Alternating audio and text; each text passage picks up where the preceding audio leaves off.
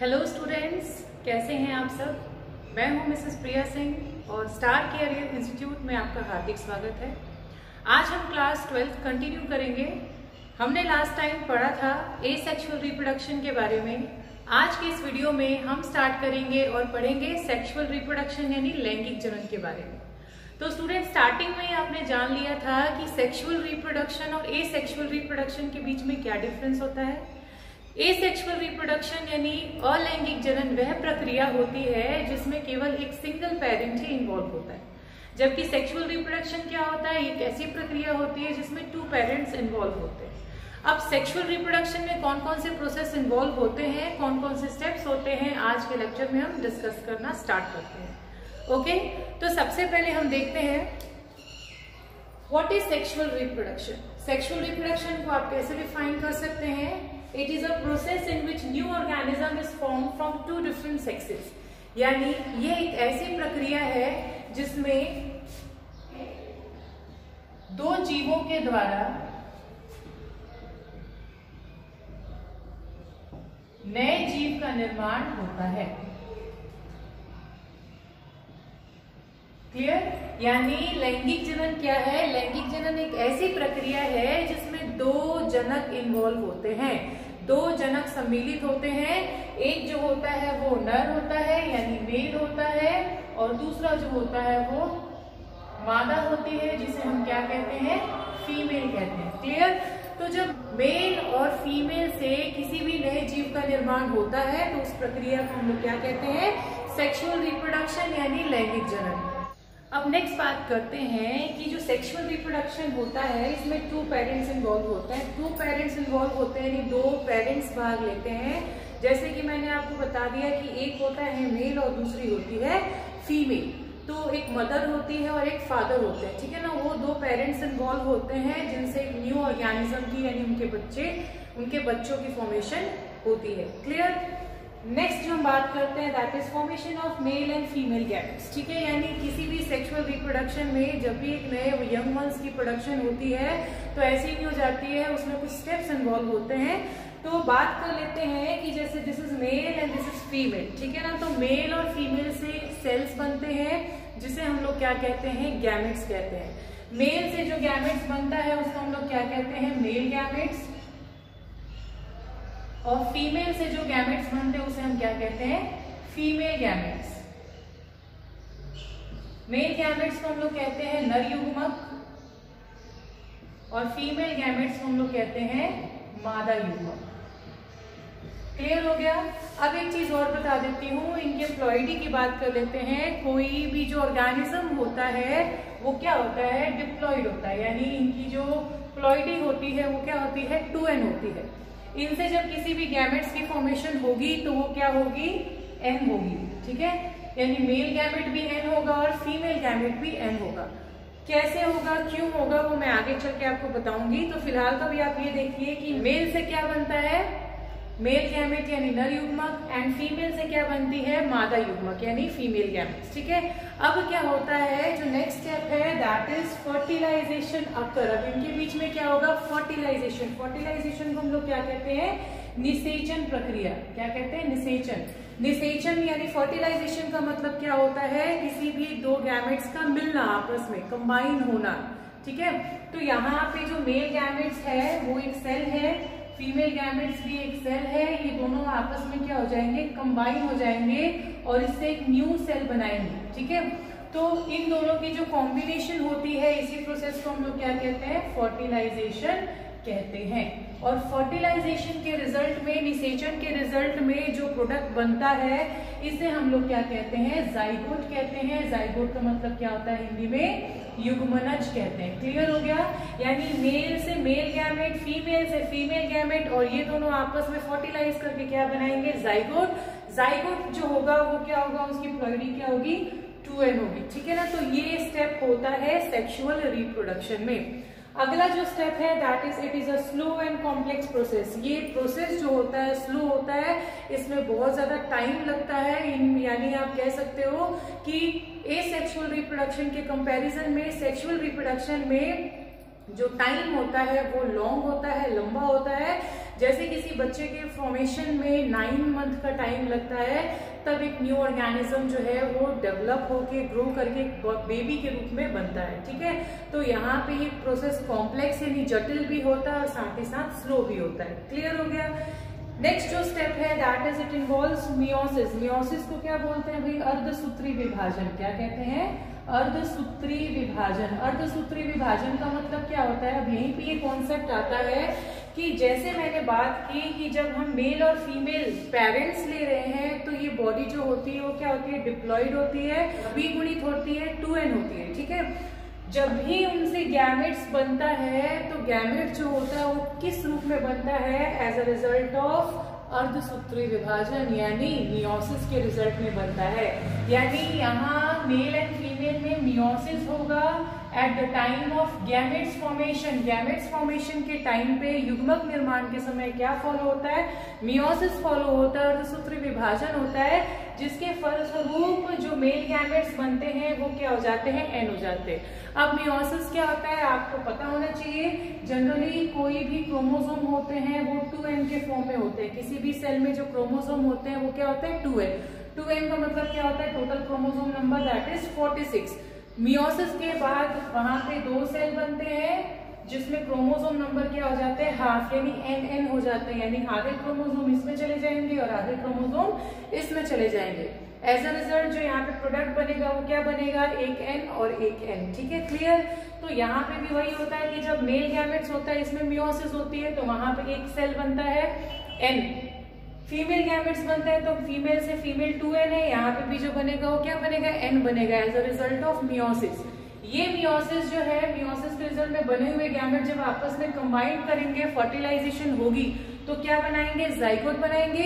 अब आप देख रहे हो जाइगोट वापस से क्या हो जाएगा? 2n हो जाएगा। क्यों? क्योंकि ये n और ये n वापस कंबाइन होकर क्या बना लेते हैं? 2n बना लेते हैं। ये वापस से डिप्लॉइड कंडीशन में आ जाते हैं, द्विगुणित अवस्था में आ जाते हैं। यहाँ से फिर इनकी मैच्योरेशन, इनकी डेवलपमेंट जो है, ग्रोथ जो है वो स्टार्ट हो जाती है और आगे चल के किस में फुली कन्वर्ट हो जाते हैं? यंग वन में कन्वर्ट हो जाते हैं। तो ये प्रोसेस है। एक चीज और बता दूं, मेन चीज जो है कि सेक्सुअल रिप्रोडक्शन के रिजल्ट में एक और चीज इन्वॉल्व होती है दैट इज वेरिएशन। ठीक है, वेरिएशन को हम लोग हिंदी में क्या कहते हैं? विभिन्नता। वेरिएशन को हम लोग क्या कहते हैं? विभिन्नता। अब विभिन्नता क्या होता है? As a result of sexual reproduction, लैंगिक जनन के रिजल्ट के रूप में विभिन्नता प्रोड्यूस होती है, वेरिएशन प्रोड्यूस होता है। वेरिएशन का मतलब होता है एक दूसरे से डिफरेंस। ठीक है, जनरली इस अर्थ पे जितने भी ऑर्गेनिज्म है ये एक दूसरे से क्या है? डिफरेंट है इन मॉर्फोलॉजी और इन फंक्शन। ठीक है ना, फंक्शन में भी डिफरेंट है और देखने में भी डिफरेंट है। और ये जो डिफरेंस क्रिएट होता है वो किस वजह से क्रिएट होता है? वेरिएशन की वजह से क्रिएट होता है, जो उन्हें सरवाइव करने में क्या करता है? हेल्प करता है। तो ये सेक्सुअल रिप्रोडक्शन का एक एडवांटेज है जो कि ये सेक्सुअल रिप्रोडक्शन में नहीं प्रेजेंट होता है। क्लियर हो गया कि सेक्सुअल रिप्रोडक्शन क्या होता है? सेक्सुअल रिप्रोडक्शन जो होता है ये एनिमल्स में भी होता है और प्लांट्स में भी होता है। ठीक है, तो जनरली आपने पढ़ा था कि किसी भी एनिमल और प्लांट्स की लाइफ साइकिल होती है, उसको 4 फेज में बांटा गया। देख लेते हैं कौन कौन सा। किसी भी एनिमल और प्लांट्स के लाइफ साइकिल में 4 फेजेस होते हैं। सबसे पहले आपने पढ़ा था जुवेनाइल फेज, इसी तरीके से दूसरा था रिप्रोडक्टिव फेज,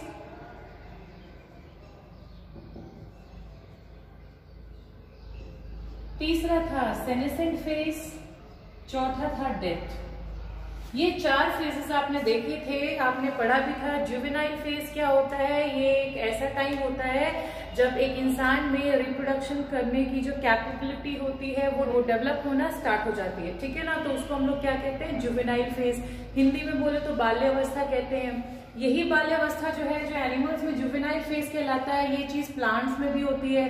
प्लांट्स में जुवेनाइल फेज कौन सा होता है? प्लांट्स में जनरली जब स्टेम की और रूट्स की या लीव्स की या फ्लावर की फॉर्मेशन शुरू हो जाती है, बनने शुरू हो जाते हैं, तो उस फेज को हम लोग क्या कहते हैं? जुवेनाइल। लेकिन प्लांट्स में आप जो टर्म है वो जुवेनाइल यूज नहीं करेंगे, वहां पे जो आप टर्म यूज करेंगे दैट इज वेजिटेटिव फेज।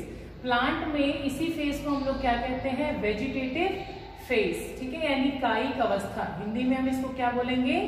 कायिक अवस्था। तो प्लांट्स में कौन सा फेज होता है, वेजिटेटिव फेज होता है, और एनिमल्स में कौन सा होता है, जुवेनाइल फेज होता है। उसके बाद कौन सा फेज आता है, रिप्रोडक्टिव फेज। रिप्रोडक्टिव फेज को हम लोग क्या कहते हैं, जनन अवस्था। जनन अवस्था में आपने पढ़ा ही था कि जनरली इस स्टेज में जो होते हैं ऑर्गेनिज्म जो होते हैं पूरी तरह से कैपेबल हो जाते हैं रिप्रोडक्शन के लिए। यहाँ पे डेवलपमेंट होती है और यहाँ पे फुली क्या हो जाते हैं, मैच्योर हो जाते हैं, अब वो रिप्रोडक्शन कर सकते हैं, यानी वो टोटली अब ग्रो हो चुके हैं, रिप्रोडक्शन के लिए पूरी तरह से क्या हो चुके हैं, तैयार हो चुके हैं। नेक्स्ट जो फेज आता है दैट इज सेनेसिक फेज, इसको हिंदी में हम लोग क्या कहते हैं, वृद्धावस्था। वृद्धावस्था में जनरली चीजें जो है वो डाउन होना शुरू हो जाती है, यहाँ पे रिप्रोडक्शन की कैपेबिलिटी घट जाती है और बॉडी जो होती है धीरे धीरे वीक होना स्टार्ट हो जाता है। यानी इस स्टेज में जो है जनरली कोई भी ऑर्गेनिज्म जो है वो वीक और लो फील करता है और रिप्रोडक्शन टोटली जो है उनमें क्या हो जाता है, धीरे धीरे कम होना शुरू हो जाता है। लास्ट जो है डेथ। डेथ जो है it is the final stage. Final stage में क्या होता है, कोई भी ऑर्गेनिज्म हो, चाहे प्लांट्स हो, एनिमल हो, वो फाइनली डेथ हो जाती है उसकी, वो मर जाता है और वहां पे उसकी लाइफ क्या हो जाती है, खत्म हो जाती है। ठीक है, तो ये फेजेस हमने पढ़े थे। अब प्लांट की बात करूं तो प्लांट में कुछ टर्म्स हैं, प्लांट्स में कुछ ऐसे स्टेजेस हैं जो एनिमल से थोड़े से डिफरेंट होते हैं। जनरली आपने पढ़ा है कि एनिमल्स में क्या होता है, रिप्रोडक्शन करने का एक पर्टिकुलर एज होता है, ठीक है ना। एक पर्टिकुलर एज में पहुंचने के बाद वो रिप्रोडक्शन की कैपेबिलिटी जो होती है अपने अंदर डेवलप कर लेते हैं। लेकिन प्लांट्स के केस में बात करूं तो प्लांट्स थोड़े से इनसे क्या होते हैं, डिफरेंट होते हैं। देख लेते हैं प्लांट्स में क्या डिफरेंस है।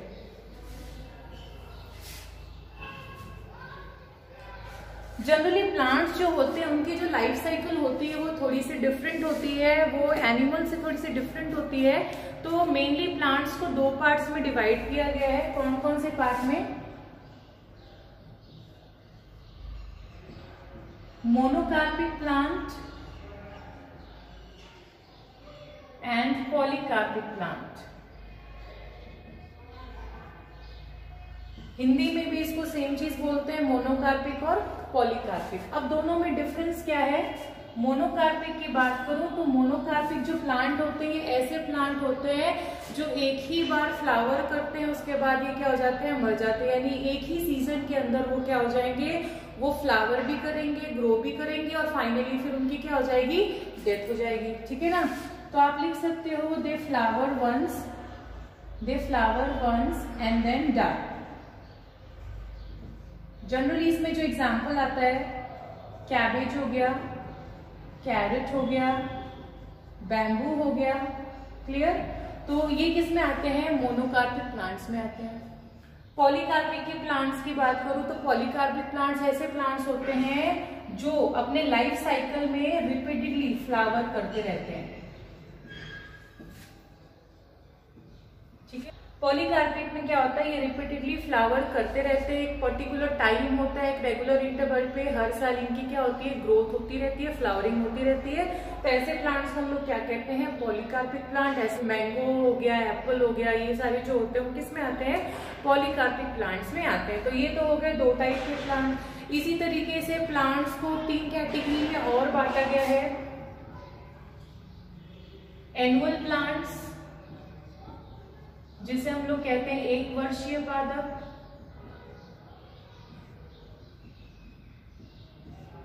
दूसरे होते हैं बाइनियल प्लांट्स,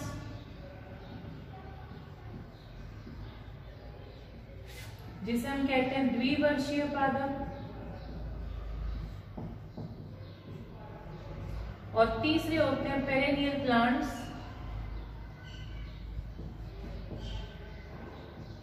जिसे हम कहते हैं बहुवर्षीय पादप। ठीक है, ये 3 टाइप के प्लांट्स होते हैं। टर्म से ही क्लियर है। एनुअल प्लांट्स 1 वर्षीय पादप, ये ऐसे प्लांट्स होते हैं जिनकी लाइफ साइकिल क्या होती है, ओनली 1 ईयर की होती है। ठीक है। तो एनुअल प्लांट्स क्या होते हैं, ऐसे प्लांट्स होते हैं जो अपनी लाइफ साइकिल जो है वो 1 ग्रोइंग सीजन में ही क्या कर लेते हैं, कंप्लीट कर लेते हैं। 1 ग्रोइंग सीजन में ही क्या कर लेते हैं, कंप्लीट कर लेते हैं। एक ही साल के अंदर ये फ्लावर भी होते हैं और मर भी जाते हैं। ठीक है ना। तो ऐसे प्लांट्स हम लोग क्या कहते हैं, एनुअल प्लांट्स कहते हैं। बाइनियल प्लांट्स की बात कर ले तो बाइनियल प्लांट्स ऐसे प्लांट्स होते हैं जो अपनी लाइफ साइकिल जो है उसको कंप्लीट करने के लिए कितना समय लगाते हैं? 2 इयर्स का समय लगाते हैं, यानी 2 साल का समय लगाते हैं। अब होता क्या है इनमें कि फर्स्ट ईयर में तो ये क्या करेंगे? ग्रो करेंगे। फर्स्ट ईयर में क्या करेंगे? ग्रो करेंगे, डेवलप करेंगे। इनमें रूट्स की, लीव्स की, स्टेम की फॉर्मेशन होती है। उसके बाद जैसे ही फर्स्ट ईयर कंप्लीट होता है तो ये किस में चले जाते हैं? डोरमेंट कंडीशन में चले जाते हैं। डोरमेंट कंडीशन क्या होती है? प्रसुप्ति अवस्था।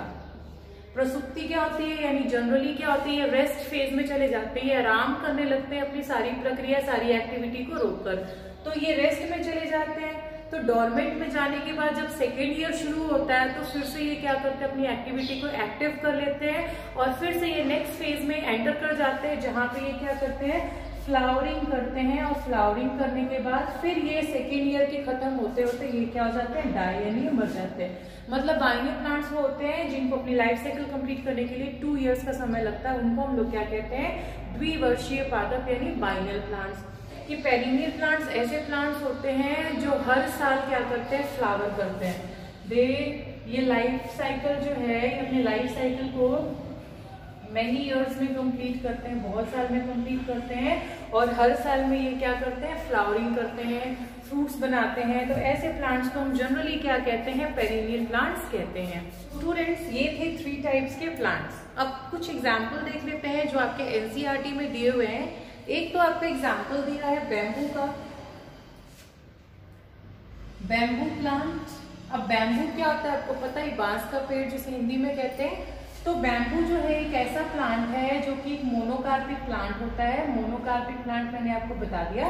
और बैम्बू एक ऐसा प्लांट है जो अपने पूरे लाइफ टाइम में केवल एक बार, यानी वंस, ये क्या करता है? फ्लावरिंग करता है, यानी पुष्पन करता है। ठीक है ना? इसमें फ्लावर्स बनते हैं once in a life time.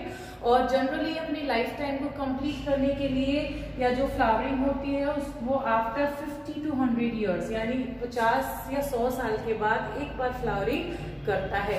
तो आपने देखा इसकी लाइफ साइकिल बहुत लंबी होती है और ये कम से कम एक बार 50 या 100 साल पे एक बार ही क्या करता है? फ्लावर करता है बैम्बू। नेक्स्ट एग्जाम्पल दिया है दैट इज स्ट्रॉबिलैंथस कुंथियाना। ये जो स्ट्रॉबिलैंथस कुंथियाना है इसे हम लोग हिंदी में नीला कुरंजी भी कहते हैं। ये जो नीला कुरंजी प्लांट है ये जनरली कहाँ पाया जाता है? केरल और कर्नाटक में।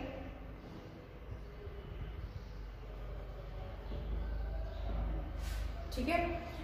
ये जो स्ट्रॉबिलैंथस कुंथियाना है यानी जो नीला कुरंजी है ये 12 साल में एक बार, ठीक है ना, आफ्टर 12 इयर्स 12 साल में एक बार क्या करता है? फ्लावरिंग करता है। और जनरली इसके जो फ्लावर्स होते हैं वो किस कलर के होते हैं? ब्लू कलर के होते हैं, नीले कलर के होते हैं। और जब भी ये खिलते हैं बहुत सुंदर नजारा होता है देखने वाला। तो ये टूरिस्ट के अट्रैक्शन का भी प्लेस बनता है जहाँ पे लोग जो होते हैं इस व्यू को देखने के लिए, इस नजारे को देखने के लिए बहुत ही ज्यादा अमाउंट में जाते हैं। तो स्ट्रॉबिलैंथस कुंथियाना जो होता है ये केरला, कर्नाटक या तमिलनाडु के आसपास के एरिया में प्रेजेंट होता है, पाया जाता है। और ये टूरिस्ट का बहुत ही ज्यादा अट्रैक्टिव पॉइंट होता है जिसे देखने के लिए लोग वहां जाते हैं। और ये जो ऐसा एग्जाम्पल है ये 12 साल में केवल एक बार बनता है। तो ये थे एग्जाम्पल इनके। तो यहाँ पे आपने आई थिंक आपको जो मैंने समझाया वो क्लियर हो गया होगा।